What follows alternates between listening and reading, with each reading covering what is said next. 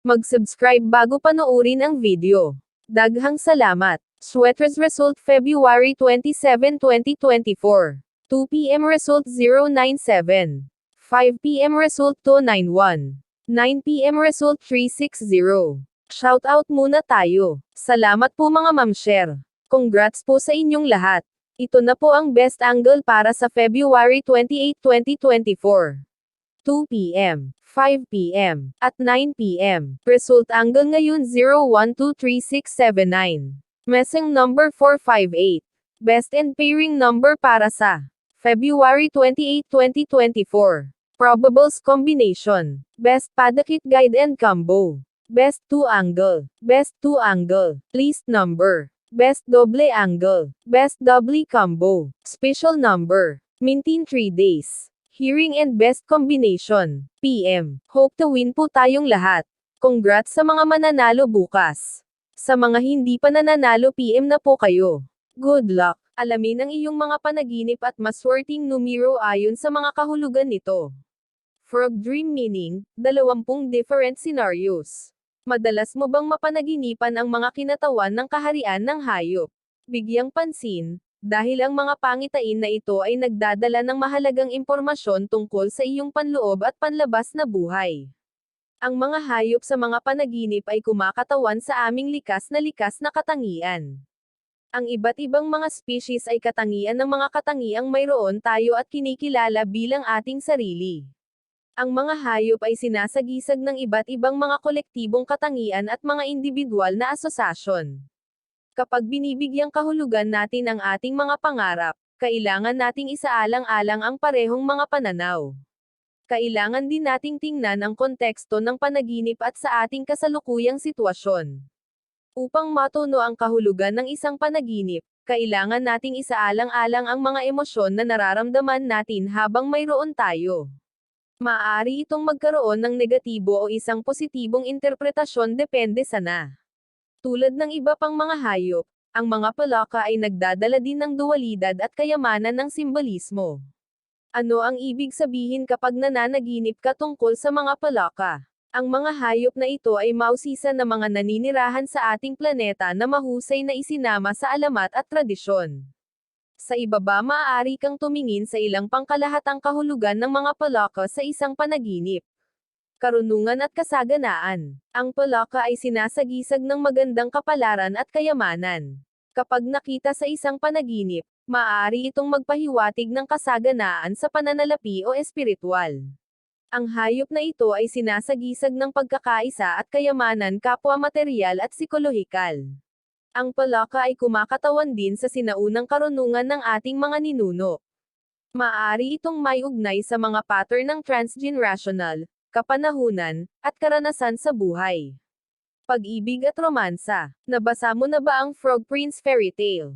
Ito ay kumakatawan sa isa pang bahagi ng simbolismo ng palaka, higit sa lahat romantikong pag-ibig. Ang karaniwang talinghaga tungkol sa paggawa ng palaka sa isang prinsipe na may pag-ibig at debosyon ay maaaring lumitaw sa aming mga pangitain sa gabi sa ilang hugis o anyo. Pagbabago at pagbabago. Sa kahulugan na ito, ang mga palaka ay sinasagisag din sa pagbabago. Ang mga hayop na ito ay umuusbong mula sa mga tadpoles hanggang sa mga may sapat na gulang na naglalagay ng mga itlog sa kanilang pagliko. Ang prosesong ito ay nauugnay sa kanilang kapasidad para sa pagbabagong anyo at pagrenyo. Ang nakakakita ng isang palaka sa isang panaginip ay nagdadala ng mga asosasyon ng muling pagsilang at ang siklo ng kalikasan. Ang hayop na ito ay sumisimbolo sa ebolusyon at panloob na pag-unlad. Kailangan para sa paglilinis. Ang negatibong simbolismo ng mga palaka ay nauugnay sa kanilang buhay sa mga swamp at maruming lugar. Tuldok. Ang mga hayop na ito sa mga panaginip ay maaari ring kumatawan sa pangangailangan para sa pag-unblock ng iyong emosyon at paglilinis. Ang mga palaka ay maaaring magpahiwatig ng isang estado ng panloob na pagwawalang kilos at isang kakulangan ng direksyon. Pag-iisa ng mga magkasalungat. Ang mga palaka ay nakatira pareho sa tubig at sa lupa. Sa kahulugan na ito, naninirahan sila ng dalawang kapaligiran at matagumpay na gumawa ng paglipat na ito. Ang mga palaka ay sumisimbolo sa pag-iisa ng mga magkasalungat at itinuturing na mga messenger sa pagitan ng mga mundo. Ebolusyon sa espiritual. Ang mga palaka ay kumakatawan sa mga kakayahan sa Seikiko at mas mataas na panloob na pag-unlad. Ang mga ito ay nauugnay sa espiritual na kapanahunan at ang koneksyon sa mas mataas na kamalayan. Ang pagkakaiba-iba ng mga palaka at ang kanilang kaligtasan ng milyon-milyong taon ay kumakatawan din sa kakayahang umangkop at magbago. Masasabi natin na ang mga hayop na ito ay sinasagisag ng universal na karunungan ng mga edad. 20 iba't ibang mga sitwasyon ng mga panaginip sa palaka. Sa pag-iisip ng pangkalahatang kahulugan ng simbolismo ng palaka, maaari nating tingnan ang iba't ibang mga konteksto ng panaginip na madalas nating makita ang mga ito sa pag-save ng isang palaka sa isang panaginip. Ang pagkakaroon ng gayong panaginip ay maaaring maging isang tanda upang alagaan ang iyong pisikal at psikolohikal na mga pangangailangan. Maaaring kailanganin mong magpahinga at magpahinga. Ang pangarap na ito ay maaaring magpahiwatig ng iyong pangangailangan para sa suporta at oras para sa iyong sarili. Sa positibo, ang pag-save ng isang palaka sa isang panaginip ay maaaring nangangahulugang pagtuklas ng isang mahalagang aspeto ng iyong pagkatao. Maaari kang maging daan sa pagsasama ng mga katangian tulad ng karunungan, espiritual na kapanahunan, balanse, at panloob na kasaganaan. Panaginip ng isang palaka na umaatake sa akin. Ang isang palaka na umaatake sa iyo sa isang panaginip ay nagpapahiwatig ng paglaban sa pagkilala sa ilang aspeto ng iyong pagkatao. Sinusubukan ng hayop na dalhin ang iyong pansin dito. Ang ganitong mga puntos sa panaginip patungo sa pangangailangan na pagsamahin ang dalawang magkasalungat na katangian o puwersa sa loob ng iyong sarili. Pag-isipan kung ano ang ibig sabihin sa iyo ng mga palaka at galugarin ang iyong damdamin sa panaginip upang malaman kung ano ang mga ito. Panaginip ng isang palaka na hinahabol ako. Ang panaginip na ito ay maaaring magkaroon ng parehong positibo at negatibong konotasyon. Sa isang panig, isang habol ng palaka maaari mong ipahiwatig ang isang panloob o panlabas na kakulangan ng kasaganaan, mga blockage, at pagwawalang kilos. Sa kabilang dako, ang palaka ay maaaring maging isang nagdadala ng kayamanan at pagkakaisa. Ang paghabol sa iyo sa isang panaginip ay maaaring magpahiwatig ng isang pagbabago para sa mas mahusay, lalo na kung nakakaranas ka ng mga positibong emosyon sa gabi. Panaginip ng isang toad. Ang mga toads ay karaniwang nauugnay sa negatibong simbolismo. Itinuturing silang mga demonyong nilalang na may kaugnayan sa kasamaan. Ang mga toads ay madalas na tagapag-alaga ng kayamanan sa mga fairy tales at folklore. Ang pagkakaroon nito sa isip, ang nanaginip ng isang toad ay maaaring kumatawan sa mga hamon sa iyong paraan sa tagumpay. Maaari kang makipagpunyagi sa loob at harapin ang mga paghihirap sa iyong nakakagising na buhay. Kasabay nito, maaari kang maging malapit sa panloob na pag-renew at maaaring talunin ang toad upang makatanggap ng isang mahalagang regalo. Nakakakita ng mga palaka sa lahat ng dako sa isang panaginip. Ang pagkakaroon ng iyong paligid na umaapoy sa mga palaka sa isang panaginip ay maaaring bigyang kahulugan ang parehong paraan. Kung nakakaramdam ka ng positibong emosyon, ang pangitain ay maaaring kumatawan sa kasaganaan at good luck na darating sa iyong paraan. Kung nakakaramdam ka ng pagkabalisa, natatakot, o naiinis ng mga palaka, ang gayong panaginip ay nagdadala ng negatibong simbolismo. Maaari kang maging emosyonal na labis sa paggising sa buhay. Maaaring kailanganin mo ring baguhin ang iyong mga saloobin o pag-uugali upang maabot ang pagkakaisa at katuparan. Panaginip ng isang palaka na tumatalon sa iyo. Ang palaka ay maaaring kumatawan ng isang isyu na kailangan mong malutas. Ang pangarap na ito ay maaaring magpakita sa iyo upang bigyang pansin ang isang sitwasyon at gumanti ng naaangkop dito. Kung ang iyong mga damdamin sa panaginip ay kaaya-aya, ang sitwasyong ito ay maaaring sumisimbolo sa pagyakap sa isang bagay na mabuti. Maaari kang nasa isang landas sa panloob na pagbabagong anyo o kapanahunan. Maaari kang makakuha ng karunungan o pagkamit ng mas mataas na espiritual na paglaki. Malaking palaka sa isang panaginip. Kung nangangarap ka tungkol sa isang higanteng palaka, maaaring may malaking balakid sa iyong paraan. Kung ang iyong mga karanasan sa panaginip ay negatibo, maaari itong tukuyin ang pangangailangan para sa pag-update, paglilinis, at pasulong na paggalaw. Sa positibo, ang isang higanteng palaka sa isang panaginip ay maaaring sumisimbolo ng karunungan at gabay. Ang ganitong senaryo ay maaaring mga hulugan na nakikipag-ugnay ka sa pamana ng iyong mga ninuno. Nakakonekta ka sa universal na kaalaman ng kalikasan ng ina at nagtataglay ng malakas na espiritual na kapangyarihan. Maliit na palaka sa isang panaginip. Ang nakakakita ng isang maliit na palaka sa isang panaginip ay maaaring sumisimbolo ng pagbabago at sariwang bagong puwersa. Ang laki ng hayop ay kumakatawan sa isang bagay sa pag-unlad na nagdadala ng potensyal para sa pag-renew. Ang iyong panloob na buhay ay maaaring nasa daan patungo sa pagbabagong anyo at muling pagsilang. Panaginip tungkol sa isang patay na palaka. Ang ganitong senaryo ay maaaring magpahiwatig ng pinigilan na damdamin ng pagkawala at pagkabigo. Ang iyong walang malay ay maaaring makatulong sa iyo na makayanan ang isang sitwasyon sa totoong buhay at pinapayagan kang may bulalas ang iyong emosyon. Kung walang pagkawala sa iyong buhay kamakailan, ang gayong senaryo ay maaaring magpahiwatig ng pangangailangan para sa pagbabago. Maaaring kailanganin mong simbolikong pumatay ng isang aspeto ng iyong sarili upang magkaroon ng silid para sa bago at epektibong paraan. Pagpatay ng isang palaka sa isang panaginip. Ang pagpatay sa isang palaka sa isang panaginip ay maaaring sumisimbolo sa pagtagumpayan ng isang hamon sa iyong paraan. Maaari itong maging isang tanda ng panloob na paglaki at ang pangangailangan na gumawa ng isang pagsisikap upang maabot ang iyong pagtatapos. Ang pagpatay sa isang palaka sa gabi ay maaari ring magpahiwatig ng mga pangunahing pag-agaw na kailangan mong kontrolin. Ang palaka ay kumakain ng isa pang palaka sa isang panaginip. Ang nasabing senaryo ay kumakatawan sa isang siklo ng ebolusyon sa kalikasan. Kinakatawan nito ang pangangailangan para sa pagbabago at muling pagsilang sa loob ng iyong sarili.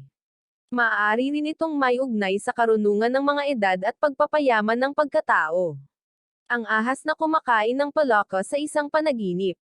Ang panaginip na ito ay maaaring sumisimbolo ng isang panloob na salungatan na kinakaharap ng iyong pagkatao. Ang dalawang hayop ay kumakatawan sa dalawang magkasalungat na puwersa ng likas na katangian. Ang ahas ay kumakatawan sa isang mas malalim na layer ng emosyon at pinakamataas na enerhiya.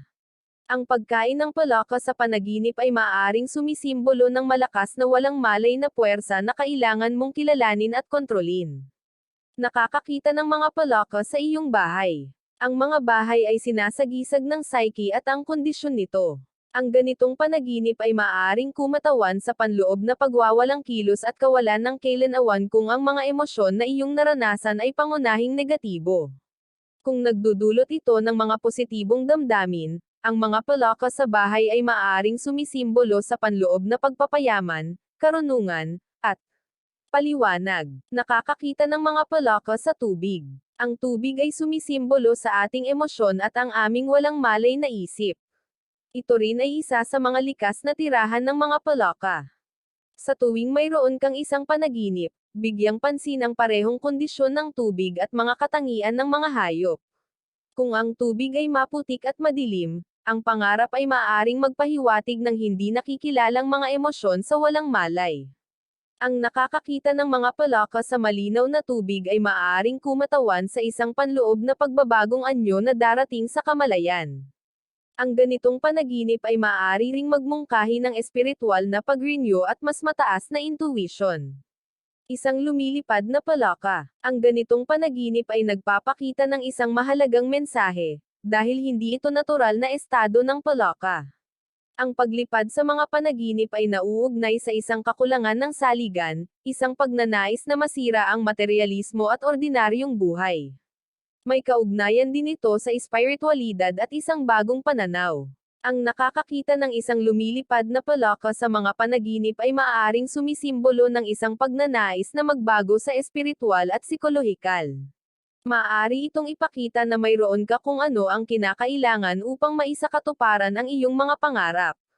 Ang isang lumilipad na palaka ay maaari ring magmungkahi ng hindi makatutuhanang mga inaasahan sa iyong sarili o sa iba, at ang pangangailangan na makita ang mga bagay na naiiba. Isang pakikipag-usap croak ang palaka. Ang isang pakikipag-usap na palaka ay kumakatawan sa isang mahalagang mensahe mula sa iyong walang malay. Pag-isipan kung ano ang sinasabi ng hayop o ang pakiramdam na nakukuha mo habang ito ay croakang. Ang palaka ay isang sagradong messenger ng balanse at karunungan, kaya makinig ng mabuti. Isang palaka sa loob ng iyong bibig. Ang ganitong senaryo ay nagpapahiwatig ng mga paghihirap sa komunikasyon sa totoong buhay. Maaari kang magpumilit na ipahayag kung ano ang gusto mo o pakiramdam tulad ng mga salitang sinasabi mong hindi nagmula sa iyo. Hinihikayat ka ng panaginip na ito na mag-isip tungkol sa kung ano ang humaharang sa iyong ekspresyon at maging mas tunay sa iyong mga relasyon. Nasugatan na palaka sa mga panaginip. Ang pananaginip ng isang palaka na nasugatan o may sakit ay isang tanda ng isang mahina na aspeto ng iyong pagkatao. Ang pangarap na ito ay nagmumungkahi na kumuha ka ng higit pa para sa iyong emosyonal at pisikal na mga pangangailangan. Maaari kang makaramdam ng nasaktan o pagod at dapat makahanap ng isang malusog na balanse sa iyong buhay. Isang palaka na naglalagay ng mga itlog sa panaginip. Ang itlog ay sinasagisag ng pagbabagong anyo, muling pagsilang, at potensyal para sa pagrenyo. Ang panaginip ay nagpapahiwatig ng gayong proseso na pinagdadaanan ng iyong pagkatao. Magkakaroon ka ng mga bagong pananaw na nagbibigay daan para sa isang mas epektibong saloobin sa paggising sa buhay. Iba't ibang mga kulay ng palaka. Ang mga kulay ay nagdadala ng isang karagdagang layer ng kahulugan sa aming mga pangarap. Depende sa hitsura ng palaka, ang mga interpretasyon ng iyong pangarap ay maaaring magkakaiba ng malaki.